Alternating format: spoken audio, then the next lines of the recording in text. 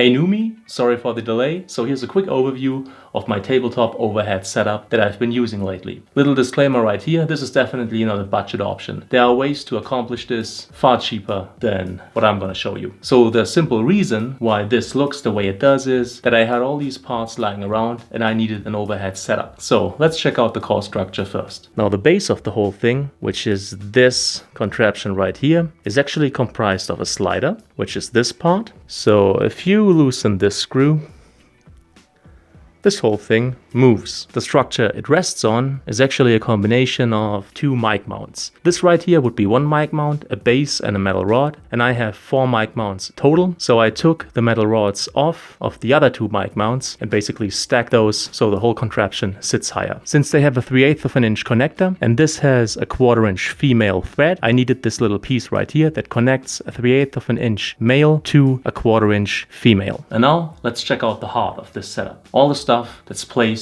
on the base plate of the slider, which basically is 3 different things. Number 1 is this Ulanzi Iron Man 2 smartphone mount, and I have made sure the placement is perfectly horizontal. To accomplish this, I use the magic arm. Second piece of the puzzle, the microphone, of course. Now this is a Rode VideoMic Pro, and this is a dead cat from my cover, specific to the Rode VideoMic Pro, and I'm still using it, although I'm not encountering heavy wind right here in my studio, because it serves as my pop filter. To put the Rode VideoMic Pro on the slider, I have used a second magic arm. Now since usually when I'm standing upright like this, my mouth is still pretty close to the microphone, I'm not using the plus 20 decibel setting. I'm leaving this at 0 decibels. What I will use though is the built-in low-cut filter. And of course, as I just mentioned, the dead cat as a pop filter. I'm not putting the dead cat on completely, so I can easily reach these buttons. Then all I do is use the magic arm and position it somewhat like this. Now there's one intricate detail right here that we gotta check out, and it's the way I connect the Rode VideoMic Pro to the smartphone. Because not only do I want to be able to record high quality external audio, I also want to be able to check my audio. So I want the possibility to hook up headphones. I do this by using a splitter cable. This is the integral part of the audio setup at least. Now this right here is the Sennheiser PCV05 splitter adapter cable. This connects to the phone, and the other 2 ends offer a microphone input and a headphone input. So I can both record audio and check audio. I've used tape to tape those 2 together, and then I put them into this cable clamp just to keep things tidy. I applied some 3M Dual Lock low profile version to the back, some 3M Dual Lock right here,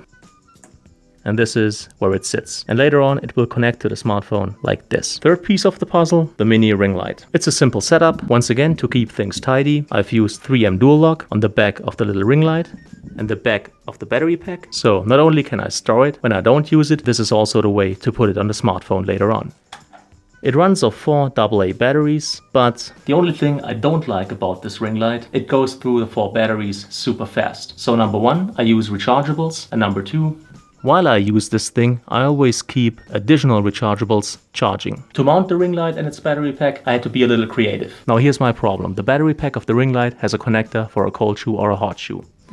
The place where I want to mount it only gives me a 3/8 of an inch female thread. So the first piece I need is this, adapting a 3/8 of an inch male to a 1/4 inch female. Then I need 1/4 inch to 1/4 inch male, goes right there. And finally, I need this cold shoe adapter, which screws right on top of the 1/4 inch to 1/4 inch screw adapter. And finally, I can mount my ring light. So now that you know all of the parts, let's put the phone in and actually set up a shot that I would use in, say, a video for you guys. Since I'm currently filming with my S7 Edge, I have to switch camera setups. Connecting to my Hero 5 session. Seems like confirmation I'm gonna receive a preview soon, and there it is, and off we go. First thing to do, apply the little ring light.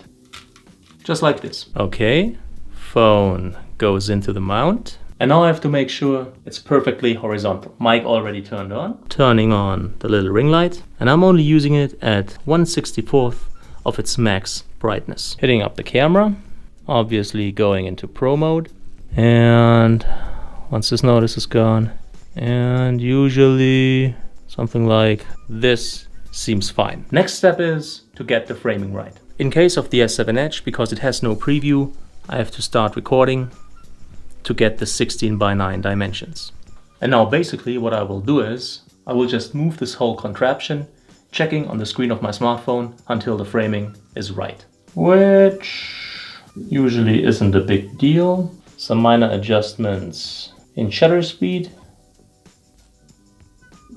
Yeah. Some minor adjustments in white balance. Yeah, perfect. Now mic works, phone works, little LED ring light works. Of course, never forget to actually hook up a microphone to the smartphone. Okay, last step, use the studio lights to finalize the lighting.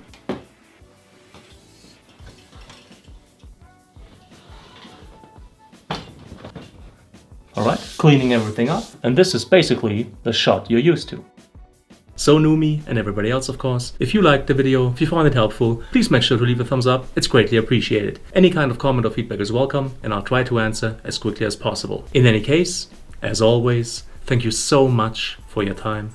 Thank you for watching, and hopefully see you again soon.